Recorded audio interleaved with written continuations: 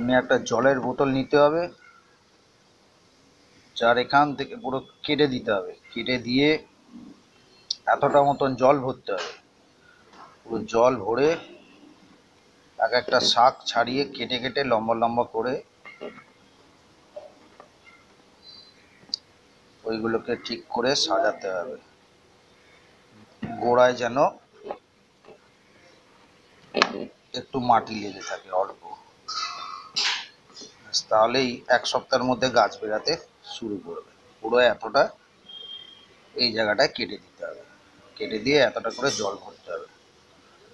ঠিক আছে বন্ধুরা, করে দেখো।